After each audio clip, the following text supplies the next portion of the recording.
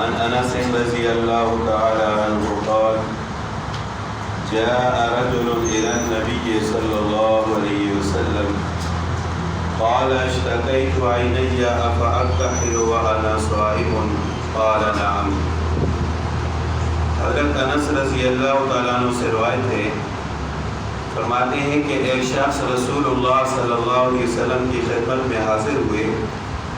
اور انہوں نے فرمایا کہ میری آنکھ میں تکلیف ہے،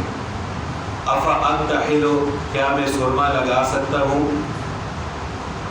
وانا صائم، اور میں روزے کی حالت میں ہوں۔ تو رسول اللہ صلی اللہ علیہ وسلم نے فرمایا کہ نعم، ہاں آپ سرما لگا سکتے ہیں۔ تو روزے کی حالت میں سرما لگانا جائز ہے، سر پر تیل بھی لگا سکتے ہیں اور آنکھ میں دوائی وغیرہ بھی ڈال سکتے ہیں،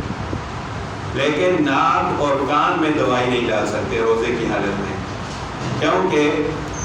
کان میں اگر دوائی ڈالیں تو اس کا اثر حلق تک بھی جاتا ہے اور دماغ تک بھی جاتا ہے۔ اسی طرح اگر ناک میں دوائی ڈالیں تو اس کا اثر بھی حلق تک یعنی گلے تک جاتا ہے، تو اس سے روزہ فاسد ہو جاتا ہے۔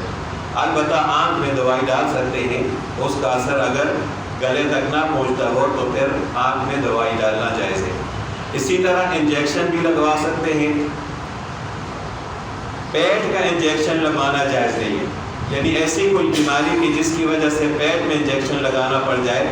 تو اس کی وجہ سے تو وہ دوائی ڈائریکٹ معدے اور پیٹ میں چلی جاتی ہے، اس سے روزہ فاسد ہو جاتا ہے۔ اس کے علاوہ چاہے گوشت میں لگوائیں یا رگ میں لگوائیں، انجیکشن لگوانے سے روزہ فاسد نہیں ہوتا۔ اسی طرح ڈرپ بھی لگوا سکتے ہیں، لیکن یہ انتہائی مجبوری کے تحت، اگر گزارا ہو سکتا ہو تو کوشش کرنی چاہیے کہ نہ لگوائیں، لیکن اگر مجبوری ہو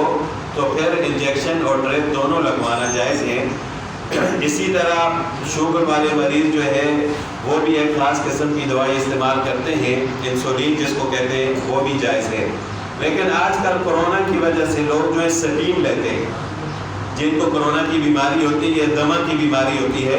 یا ہارٹ کے مریض ہوتے ہیں، وہ سٹیم لیتے ہیں، بھاپ لیتے ہیں، اس کے لینے سے روزہ فاسد ہو جاتا ہے، کیونکہ اس کے اندر دوائی ڈالی جاتی ہے اور ظاہر ہے وہ جو ہے اس کو کھینچا جاتا ہے تو وہ ساری دوائی جو ہے وہ پیٹ میں چلی جاتی ہے۔ اور لوگ یہ بھی کہتے ہیں کہ ڈاکٹر حضرات کہ یہ جو بات ہوتی ہے بظاہر تو یہ دھواں سا نظر آتا ہے لیکن اندر جا کر یہ پانی بن جاتا ہے،